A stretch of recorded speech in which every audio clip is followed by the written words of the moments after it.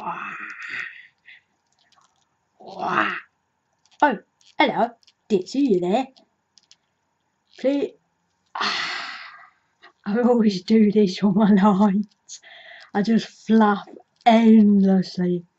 Anyway, welcome to this Doctor Who themed YouTube channel, Who Ventures. And please give a warm round of applause for your host for this evening, Helen! Yay!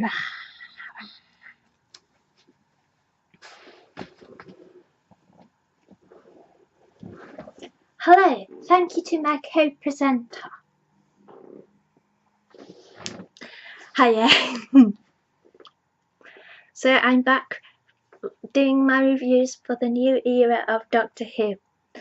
So before I get into the review of the wonderful Deep Breath, I'm going to give you a few little sort of what house, you know, when they do like house thing, something to do with houses, and it's something to do with things that are happening at some point in time, but I've forgotten what it is.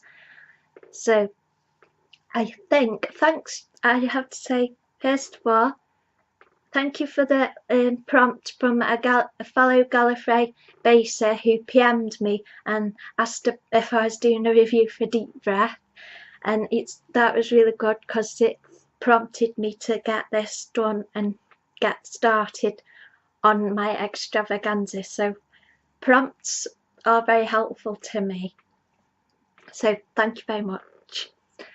And the second thing is, I'm going to, because in Matt's era I sort of used up all my energy right at the start of his era, and I was sort of like a hyperactive Tigger on too much sugar, and so I kind of exhausted myself.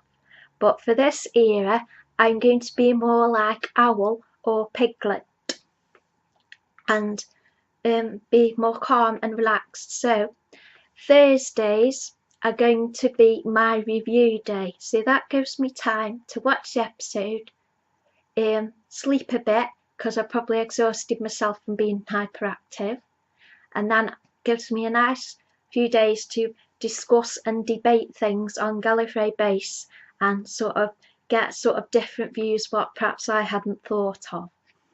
So my views for each episode of Series 8 are probably going to appear late on Thursday nights or Fridays.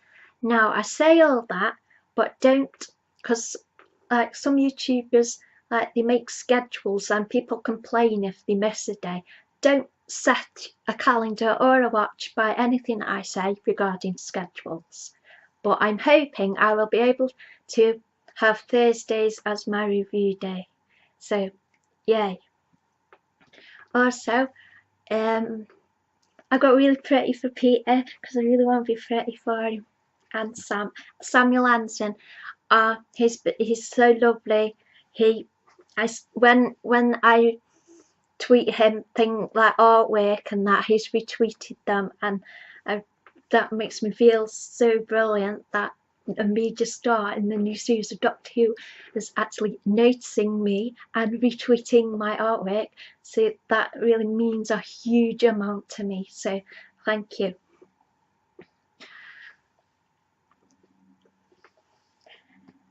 My brain's come on brain, reboot. Yeah, my brain needs to reboot because all this happens perfectly in the shower, but then when I get out of the shower and start to do my video, all the people who send the words down sort of go and bunk off for a bit. So there may have been something else I wanted to say, but that might be at the end of the video, or it might occur at some point during the video if I remember, or it might be in a different video because I have got some of the things I want to tell you about. So these are my notes for Series 8. Now I saw Series 8 on the Saturday at the cinema, and I thought Strax's introduction was hilarious. But before that bit, there was a lovely lady who complimented on my hoodie, which says, "Did I mention it also travels in time in the shape of TARDIS?" So that was nice. So hello. And then there was a boy who was dressed up in Matt Smith's purple costume, and it was exquisite, right down to the last detail. It's perfect. So that was awesome. So yeah, I was at the cinema and I was bouncing about in my seat and I was incredibly hyperactive. And I need to get used to my words all come out in wrong order sometimes. I need to get back used to looking at the camera and trying not to drift my eyes off a bit. But it can be hard because I can sort of use my eyes to go and see inside my brain. So when I'm looking away from the camera, my eyeballs have actually rotated back into planning what's going to come out of my brain. Not literally, that would be scary. So yeah, I was watching the cinema, I was really hyperactive, but the Strax bit was hilarious. I was really laughing really loud, and then the actual episode started, and I just want to say I love the credit sequence. I saw when I heard about it being a fan video, I went and watched a fan video, and then I saw it at the cinema, and it's awesome. I really like it, but I also like that bit in the pocket with the pocket watch and the fan version. But I really love it, and I love the theme tune, because as soon as the theme tune came on, I started riding my pretend horse in my cinema seat, because I guess I like the beat a lot, but some people don't like the high-pitched squeal. But I just love it. I love all of it. This my notes might as well have just said I just effing love the whole lot, because I did. But I'm going to do it properly now. This is my proper review. So, Series 8 reviews. Episode 1, Deep Breath. Love the dinosaur. Well, thanks a lot. I had a really great time filming that. Peter's lovely, and there was so much food in my trailer. It was amazing. So, yeah, and yeah. I love the dinosaur. I loved that the doctor thought she was the big sexy woman. That was really cute. I love the Paternoster gang. I adore them, and they deserve a spin-off series. I think that would really develop their characters, give them space to develop, because obviously when they appear in Doctor Who, they don't really have very long to develop their characters. So I think they definitely deserve a spin-off series. And I liked how Vastra said that dinos were mostly this size when she was a little girl, because the dinosaur was massive. Because look, excuse me, if I was going to be size accurate, then Alan here needs to make an incredibly tiny TARDIS, or get an incredibly big T-Rex model. So, yeah. And I love when the doctor, that's the green one, and the not green one mustn't prejudge. I like that mustn't prejudge line. And I really love that. And I really loved the "you really let yourself go" handle thing. That was really funny. And reduce the frequency, and I thought that was sounded a bit like reduce the polarity. So that I thought that sounded like a bit of a nod to the Pertwee era. And then we had "Where's the Doctor?" Jenny's "Where's the Doctor?" speech to Clara. It was a bit like what Jackie said to Rose when David Tennant started. So I thought that was interesting. Now I have a point to make that Madame Vastra says, "Here we go again," and somebody on Gallifrey Base has said, "Oh, how dare Madame Vastra, she doesn't have the right to say that, because the Brigadier says that. Now, I'm not totally up on classic Who, sorry Peter, but here we go again, it's just a phrase, in my opinion. I don't think any particular one character owns that phrase, so that's my thoughts on that. I've said I love the theme and the title sequence. I loved Who invented this rule and the furious mirror. That was awesome. Now, what I've never noticed is Madame Vastra. Has Madame Vastra always had the Scottish accent? Because I've never actually noticed that it is Scottish. I thought it was like really posh English, like London English, really posh. I've never noticed it was Scottish, so that's quite subtle, really. But yeah. And I love that the Doctor has standing up cat naps, and I do too. But I just tend to drift off into my head and talk and think about stuff. I even do that on myself. When I'm trying to like have myself in the room so we can concentrate on what I'm doing, I tend to drift off, and then the me who's actually trying to do something or remember something is really annoyed because I drifted off again. I do that all the time. So I love that bit. Now, there's a brand new meme, sort of a meme. It's a bit of a joke based on a mishearing of the dropped a piano on you line.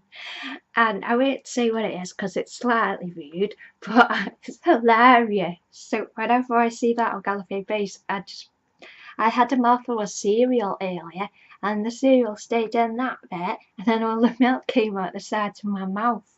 It was hilarious.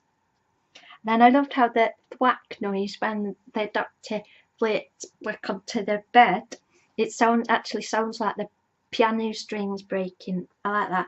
And Jenny's, I love her, she's a lizard bit. I thought that was beautiful because I love Jenny, she's gorgeous and she's lovely and cute. Now, I like the dinosaur speech translation because when I first saw the episode at the cinema, he was like translating, but then when I see it on the second viewing on my TV with my subtitles on, then I could see it connects from the start point to the end point because he talks about seeing me. So I really thought it was really clever how they did that. And I liked how Vastra's veil speech with Clara, I liked how it sort of revealed that Vastra tries to look young for Jenny, which is her way of flirting with Jenny. I thought that was really interesting. And then it related to Jenny flirting with the mountain range. I thought that was good. Now, another bit I liked about the Doctor is the chalk sniffing. Now, I can relate to that too because I'm always sort of get sniffed, but like just occasionally getting random smells. And then I have to like, sometimes I just go with the flow and random smell, and then sometimes I have to find what the smell is. But so that was good, and I want to do the chalk test. Perhaps that could be the new era's fish custard test. We could all do the chalk test blindfolded. Someone places a piece of chalk somewhere in the room and you have to find it just by smell. So I thought that would be fun, and I loved what he wrote all over the floor and the walls. I want to know if anything of what he wrote is a real like formula or there's a secret code in it or anything. That'd be awesome. And then when I got the subtitles on, I understood more of what Clara's speech about the poster on her bedroom wall was, and she had Marcus Aurelius. I think he was a Roman, so the Doctor looks like Achilles, who was a Roman. Clara likes Romans, so I wonder if there's something going on there, that he's Luke's Roman, because Clara likes very intellectual Romans. So that was interesting.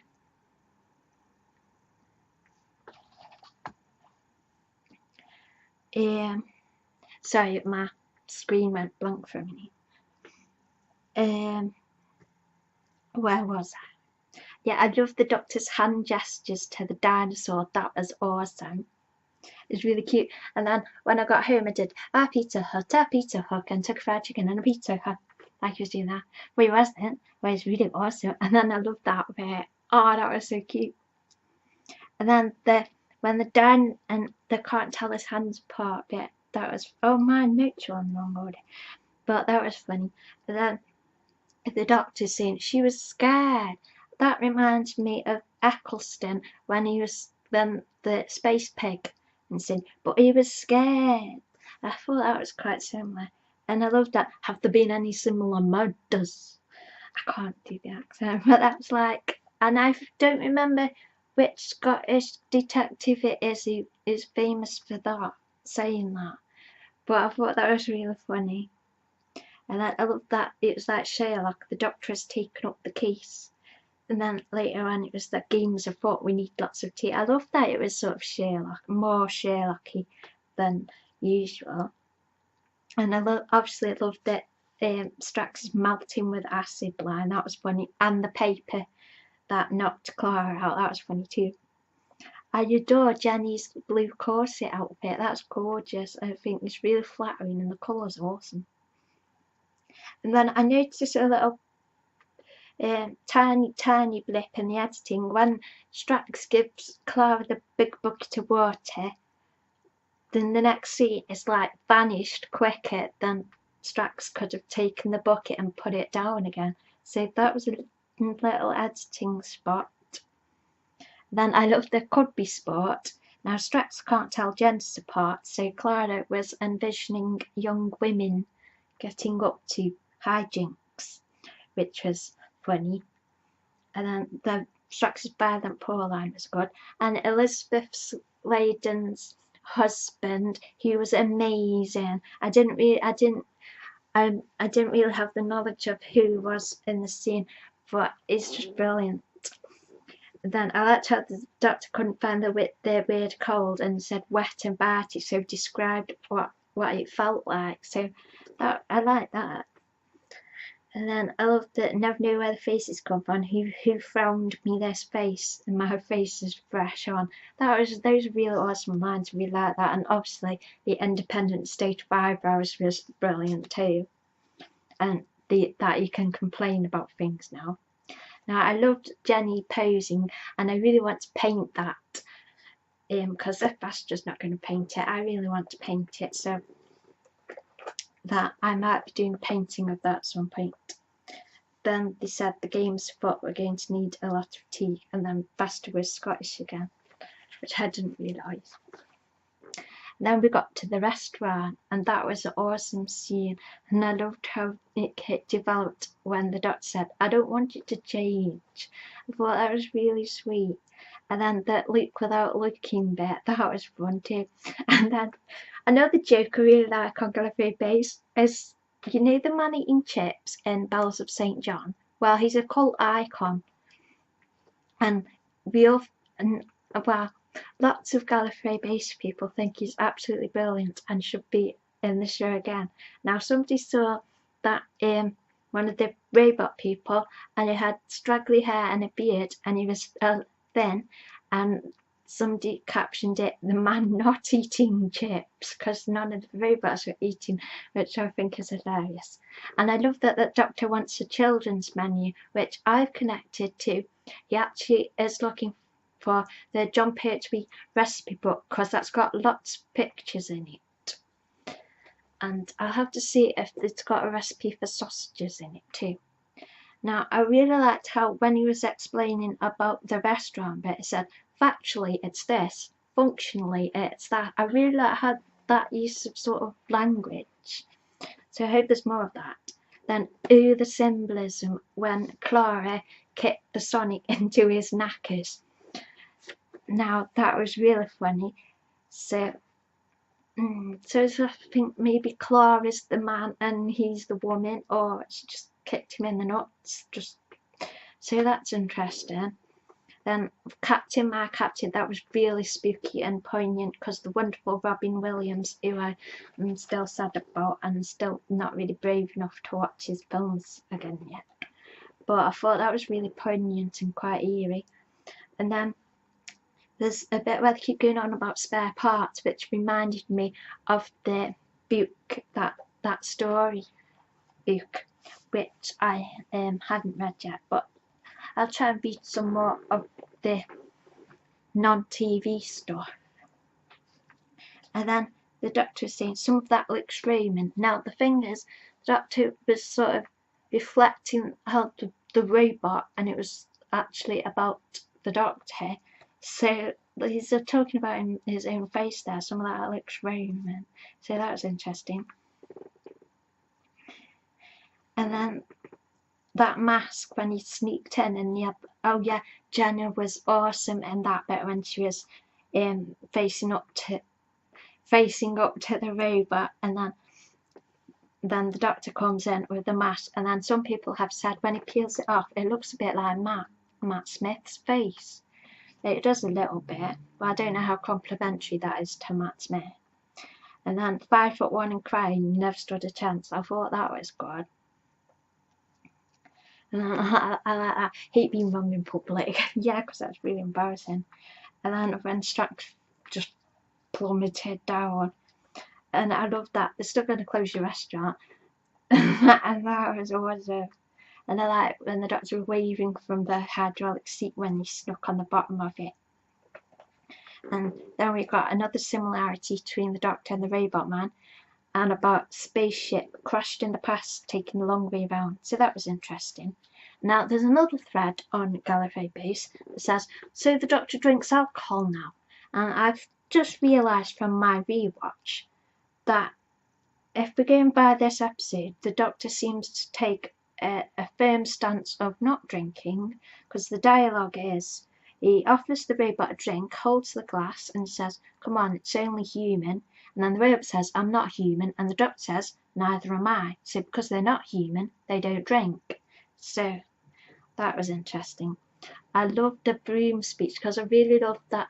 I have learnt this week that it's Trigger's broom, and it's from sort of a joke like in Only Fools and Horses, but I know it from the philosophy angle, and I thought that was really good speech to have in the show. Then there's the whole in Gallifrey Base, there's another place, there's this a bit of a drama going on about Vastra sharing oxygen with Jenny because it looked like a kiss, which basically my point is, yeah, it was great, they shared oxygen. I love Vastra and Jenny and I have no problem at all. So basically that's my stance about that. I should write more words on my notes. I wrote protection, speech, awesome. And then, oh yeah, that's the line when the Doctor was saying, when you're so fierce about protecting humans. And then there's another bit, sort of ambiguous bit. It says, one of us is lying about his programming. Now, straight after that line, it cuts to a close-up of Strax, and they're all right in a pickle. And Strax is a Centauran warrior, and they're meant to like embrace death and dying for the cause, but you can see that Strax is absolutely terrified. So that is Strax lying about his programming in a way. So I think that's what that line is about, as my interpretation. And then I love how that Clara would be welcome to join the Paternoster gang, and how Vastra smiles, and that is really sweet. Now, the TARDIS makeover, I love the chair, as you can see. I like that kind of style. So I love the chair, and I love the books, and apparently there's chalkboards there too, so I love that. I just love it. And then we had the Clara, I'm not your boyfriend speech, and never said it was your mistake. But he still can't stop flirting, because then does his twirl and flaps his jacket over, so what do you think? So, like, you can't see it. Flirting seems to be innate. And then his really disappointed face when Clara said, I don't have a boyfriend, is like, and like, oh, that's so sweet. And then when Matt called in the cinema, I totally started crying. I was sobbing. And I love the man I hope you're with. I hope you're with, because he hopes Clara hasn't run away. And now watching it on my telly with the subtitles, because I'd loved over the bit with Matt, which was perfect, I could then emotionally see the Capaldi side of that scene, and all that was in my head is like, I want you, not in a sexual way, because like when I have my dream world, it's sort of very close, compassionate, in my heart way. So, because it's such a strong thing that. So my brain just was, yeah, I want you, I want you, I want you. So I love you, Peter Capaldi. You are awesome. You're the best Doctor. And then I thought this was a bit, and and then the hug, and there's I don't think I'm a hugging person. You don't get a vote on that. And then he says, whatever you say. I thought I was really sweet too. Now, when he says, do you want coffee, your chips? Now, sort of twisted round the Rose and Ninth Doctor scene there, where the Doctor is asking for coffee and chips and stuff. So I thought that was really interesting. Then I sort of made a slight reaction blunder in the cinema, because when the half-faced man, who was played brilliantly, the actor who played him is marvellous, when we saw him side on in this mysterious place with Mercy, and for a second I thought it was Paul McGann. So I did it, but then it wasn't. But it looked just like his profile looked very similar. So, and then we had the Mercy scene, and I love Michelle Gomez, and my perspective is, I think she, as this Mercy person, is the personification of the TARDIS. And I thought it was interesting, and the TARDIS saying, did you jump or did he push you? Couldn't quite tell. So the TARDIS, if it was the TARDIS, had the same view as the audience, so I thought that was interesting. And then, you know the blue pillars, triangular pillars? I don't know, probably everybody probably noticed it, but they didn't seem to be at all solid, because at the very start, it seemed to come out of the door, that the pillars. And then another point in the scene, it seemed to sort of dematerialize slightly, and not seem to have a solid structure to it. But they might be important, or they might just be like connected to the mechanism of this restaurant, that maybe when the chair goes down the pillars move or something. So I thought that was interesting. So I have to say, I absolutely loved Deep Breath, and I love this new season. I love our new Doctor. I love him. I love you, Peter Capaldi. I love you. And I think the series, if just by going on this episode, the series seems to be more of a gothic era, and I hope it plays more with the English language, because I find that really fascinating too. So I am delighted with this episode, and just in love with Peter, and just love everything, and Jenna's brilliant, and Peter Nostergang are brilliant, and everybody's brilliant. So lots of love to everybody on the show. So yeah, I think it's all fantastic. So yeah, I hope you have enjoyed this review, and yeah, thank you.